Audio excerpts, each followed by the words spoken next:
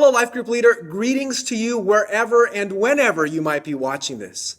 I'd like to help us learn today from a leadership tool that we've called the Leadership Square. God has given each of us people in our lives that we have influence over. Now, He's called you to lead those people. It might be one or two people around you, or you might have many more around you to lead. But regardless of the number of people that God has called you to lead, we want to be as effective as possible in our leadership style. Jesus gives us a model of leadership, and we've called this model the Leadership Square. Now, much like a square, it's called the Leadership Square because it has 4 distinct stages of leadership. So we're going to be looking at each one of those 4 stages of leadership, and we're also going to be looking at them from 2 different perspectives. The perspective of you, the leader, and the perspective of the follower or the disciple. The goal for our session today is to get you to know and understand which stage of leadership you might be in, diagnose where you're at, and enable to help you lead well through each one of those stages. Because each stage of your life group requires a different style of leadership from you as the leader. So in other words, we're going to try to see if we can determine which stage of leadership you and your life group are currently in, and think about what you need to do to be most effective and lead well in that stage. Note that the goal here is not simply to progress to the next stage. Each stage is important and is part of our development as a leader and service to our life group. Every life group goes through all of these stages. Some might last a few months in each particular stage, and some might last a little bit longer. But understanding each stage can be helpful to you and help your group grow together. This first stage in the Leadership Square, we will call the Visionary Director. So, as a life group leader, when you're launching a group, this is the stage that you're going to start off in. One of Jesus' first acts of leadership and ministry was calling the right people to join him on his mission. In the book of Mark, chapter 1, verses 16 through 20, it tells us how Jesus begins calling out people. He comes across 2 brothers that were out fishing, Simon and Andrew, and he calls out to them, "Come and follow me, and I will show you how to fish for people." He later offers that same call to James and John. In this first stage of leadership, Jesus is saying, "Come and be with me, and I will show you." In other words, Jesus was casting a vision. He was direct and assertive. Notice that in this first stage of leadership, Jesus was not trying to build consensus. He was not calling for a vote. He was not being democratic. He didn't approach the disciples and say, "Come follow me and let's talk about what we should do together." Rather, Jesus was saying, "Come, follow me." There is a direct calling. And then he says, "I will show you how to fish for people." There is the vision.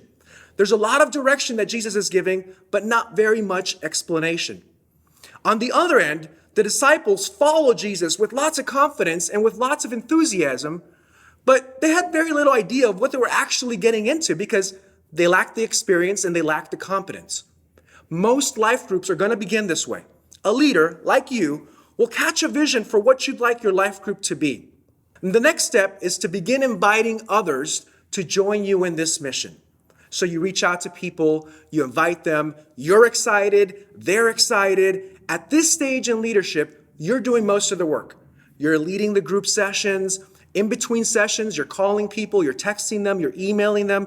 You're trying to get everyone connected. You're putting out the snacks, you're hosting the group. And most importantly, each session, you're casting a vision for what you want your group to be. It's important to note here that in this stage of leadership is not the time to build consensus. Our natural inclination as leaders is to try to gather people and maybe build consensus because, well, let's face it, we want people to like us. We want them to like the group. But the best thing that you can do in this first stage of leadership is to cast vision, to use directive leadership rather than trying to lead by consensus. This is not the time to ask group members like when they want to meet or what time works best for everybody or what curriculum you want to study in the group.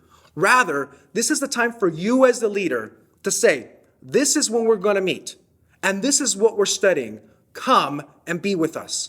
Your life group attendees, we'll call them the disciples, now they're probably enthusiastic. They're showing up to all the meetings.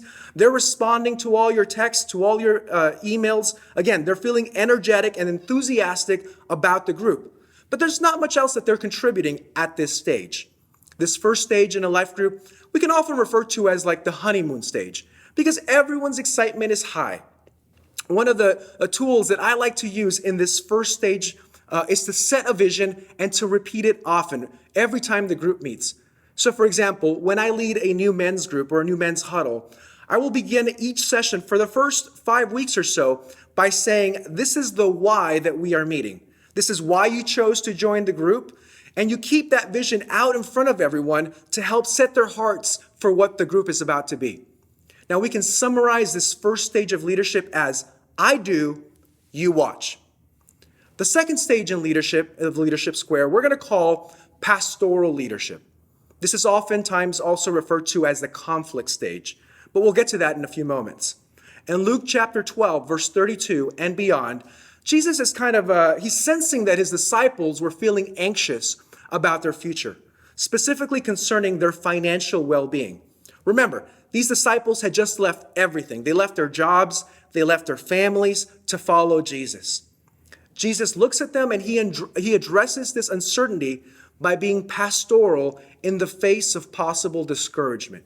In verse 32, he says, "Don't be afraid, little flock, for it gives your Father great happiness to give you the kingdom." Listen to what he says. He says, "Don't be afraid, little flock." Notice how gentle and pastoral Jesus is here. He doesn't rebuke them for feeling anxious or feeling discouraged. Instead, in this stage of leadership, he looks for moments where he can go off and be alone with them. He reassures them, and he tells them what the Father will do for them. Jesus is still high on giving them direction, but he's also now high in giving them access to himself. He leads with more discussion, and he gives them an example. Now, for the disciples or the followers, it's pretty clear that the initial excitement of following Jesus, of something new, has now worn off. The reality of loss of income, separation from family, separation from friends, separation from the security that they know, that is all set in this stage. We can say in this stage, enthusiasm is now low. So is confidence. So is experience. And so is competence. This is a difficult stage to be in. I'm not going to sugarcoat it, but it's actually an important stage of leadership. And so that's why we refer to this stage often as the conflict stage, because it's in these spaces where your group will experience challenges or conflict. This is when people, they stop showing up as consistently. They fail to respond to all of your texts and all of your emails. You might hear some chatter or gossip about one another in the group. Or worse, they might even question your leadership style. This is a stage where you as a leader might start to question, why did I even do this? Why did I say yes to leading this group of people in the first place? Leaders in this stage will often want to quit. They will question their own abilities as a leader. They'll be tempted to go back and try to lead by consensus, to give in to whatever the group is asking for in order simply to keep the peace. But listen to me, this is not the time to lead by consensus. This is when you have to remember that conflict in this stage, it's very normal. Every life group goes through this stage. And your group, if you go through this stage, will actually be stronger on the other side of this stage. So I want to say to you, if you're in this stage of leadership, hang in there. Keep using directive leadership, calling people back to the mission and vision for why they joined the group. Look to Jesus as an example of leadership in this stage. Be pastoral. Be tenderhearted. Take moments to be with your group members individually. Listen to their concerns. Encourage them if they're facing any kind of relational conflict. Encourage them to hang in there and stick with the group in this stage. Above all, resist the urge to try to rally back into stage one. Know that these challenging moments, they're going to produce maturity in you and in your life group members. Some life groups will probably disband and start the process all over. But it's the groups that persevere and they grow through this stage. They're going to enjoy the most success and the most intimacy as a life group. Your group will be stronger in the next stage because of what you've learned and experienced in stage 2 of leadership. A group I was once a part of had reached this stage. People stopped showing up. They were less than enthusiastic to respond to my texts or my emails. Underneath the surface, I could sense there was conflict brewing between members of the group. One of the persons just dropped out altogether from attending our meetings. And I would say that the overall morale of the group was really low. It might have been easier in this stage just to say, well, I guess we're done, and have everyone look for new groups. But we pressed in. As the leader, I took the time to sit with group members individually, and I made sure that they all felt heard of what their concerns were. The truth is that this is not a fun stage to be in, but allowing the growth that comes from this stage is going to produce maturity in both you and your group members. So this second stage of leadership can be summarized as, I do, you help. Now, when you turn the corner, and you will, from stage 2 of leadership, you'll arrive at what we refer to as stage 3. We're going to call this stage consensus leadership. There's a critical moment in John's gospel in chapter 15 when Jesus seems to draw his disciples close to him. And in a real intimate moment, he says to them, I no longer call you slaves, because a master doesn't confide in his slaves. Now you are my friends. And since I have told you everything the Father told me. You can see a shift in the relational dynamic between Jesus and his disciples. He understood that at this point, they have caught the vision. They understand what he's teaching. And he says to them, I've told you everything. So now they understand what the vision is about. So he lowers the amount of direction that he gives them, and he calls his disciples friends. You can see what a real intimate moment this becomes. So in this third stage of leadership, the leader relinquishes more of the vision, allowing the disciples to take greater ownership of that vision. The community of leaders and followers, it feels more close-knit. Now remember, they've already gone through challenging conflict times together. So there's a real intimacy that now takes place.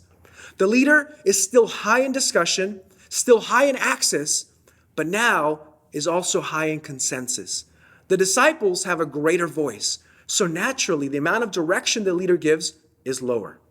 For the disciples, they now have a fresh understanding of what grace is. And so their enthusiasm, it begins to grow again. They're also growing in experience and in competency.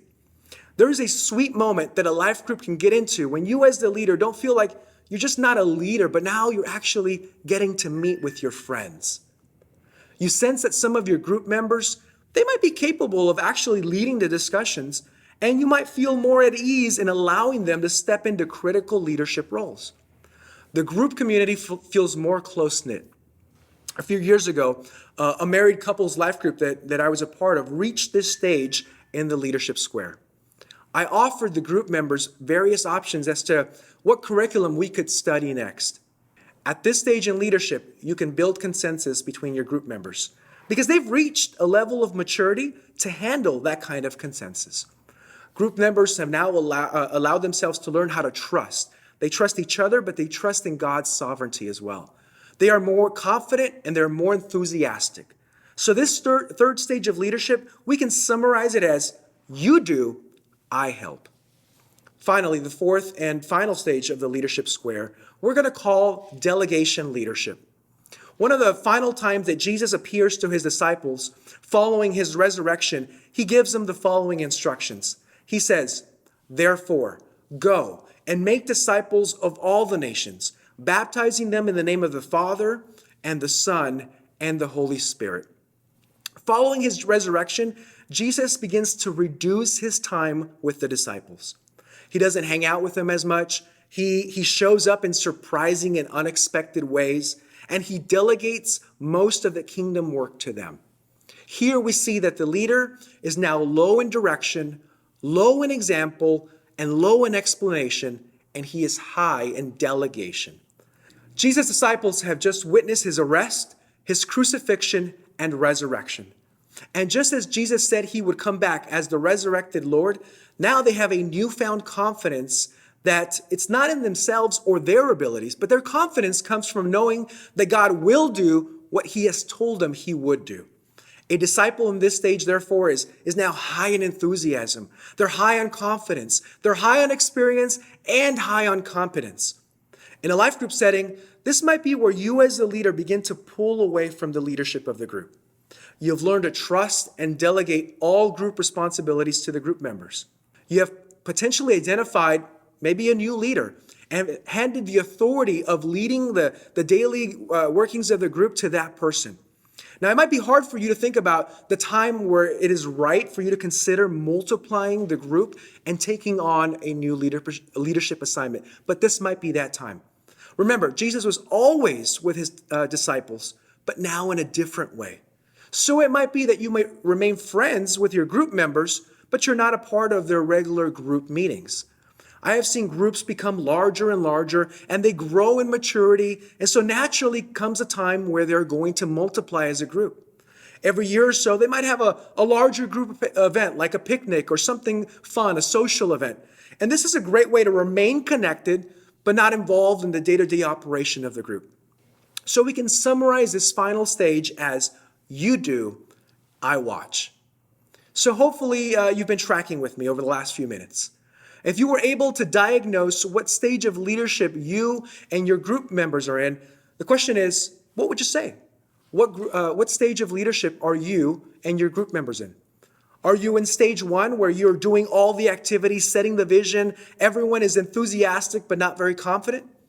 Or are you in stage 2 where enthusiasm has kind of grown lower and you find yourself having difficult conversations, maybe even in private settings?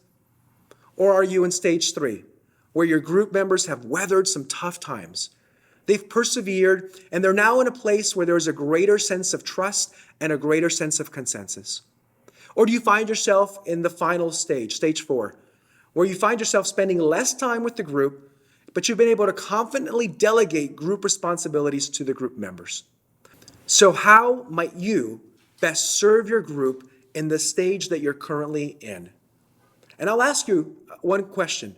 What is one thing that you can do differently as a leader to lead well in the stage that you're currently in?